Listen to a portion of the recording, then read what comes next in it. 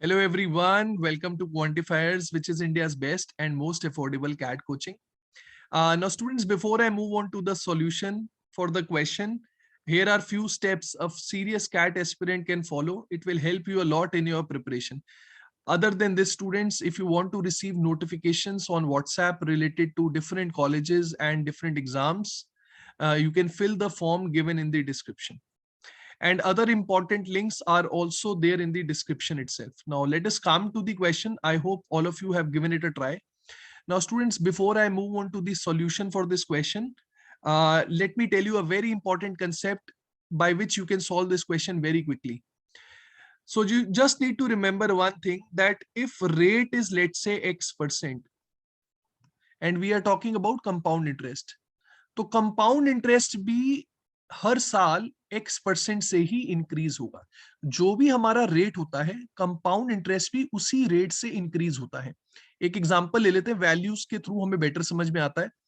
So let's take principal to be 1000, rate को हम 20% ले लेते हैं. अब अगर मैं पहले साल की इंटरेस्ट की बात करूं, so that would be 20% of 1000, which comes out to be 200. अब देखो, अगर मैं सेकेंड ईयर की बात करूं तो उसके दो तरीके हैं. इधर यू कैन फाइंड 20% ऑफ 1200, है ना. 20% ऑफ 1200 वो आ जाएगा 240. देखो दूसरा तरीका क्या था. दूसरा तरीका ये था कि जो कंपाउंड इंटरेस्ट है ना, वो भी 20% से ही इंक्रीज होगा. तो अगर मेरा पहले साल का कंपाउंड इंटरेस्ट 200 है, तो अगर मैं इसको 20% से इंक्रीज कर दूं तो क्या आएगा. Obviously if you increase 200 by 20%, it will be 240. तो मान लो अगर मुझे थर्ड ईयर का कंपाउंड इंटरेस्ट निकालना है, तो मुझे क्या करना चाहिए. मुझे डायरेक्टली 240 को, I should directly increase 240 by 20%, है ना. 240 को 20% से इंक्रीज कर दो. अब 20% ऑफ 240 कितना हो गया, 48 हो गया. So that means it will increase by 48, so it will become 288. So if you are aware of this concept, if you have understood this concept, then this question becomes very easy. Now let's come to the original question. अब देखो, हमें second year का compound interest पता है. Let me write it here. This is second year compound interest, which is 806.25.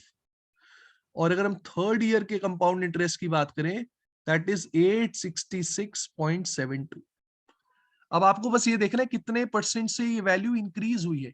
जितने percent से ये increase हुई है वही हमारा रेट है. I hope all of you know how to calculate percentage change. कितने परसेंट का इंक्रीज है, कैसे निकालेंगे, डिफरेंस कितने का है. Now difference between these two values is 60.47. So this is the increase over 806.25. So now students, this is something which is very calculative.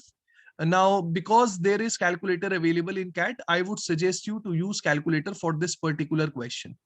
अगर इस तरह की calculative कोई question आता है, it's better to use calculator. Now if you solve it, it comes out to be approximately 7.5%. अब हमारे पास rate आ गया है,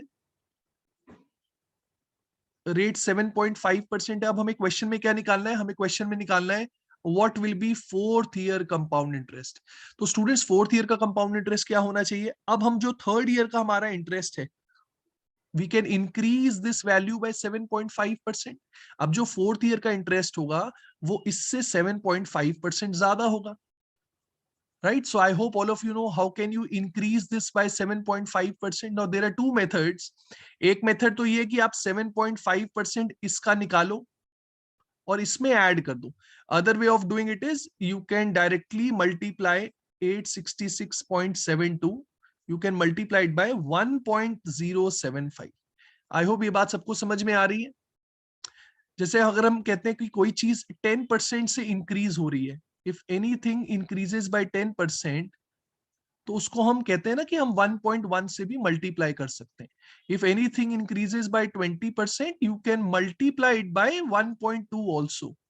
Similarly, अगर कोई चीज 7% से इंक्रीज हो रही है, so you can multiply it by 1.07. अब यहां पर कितने परसेंट का इंक्रीज है, यहां पर इंक्रीज है 7.5% का. So that means you can multiply that value by 1.075. So now if I multiply 866.72 by 1.075. Use calculator, you will get approximately 931.72. Right? So option 1 is the correct answer. It is calculative, but if you use calculator, you can do it very quickly. So I hope all of you have understood it. Thank you, everyone.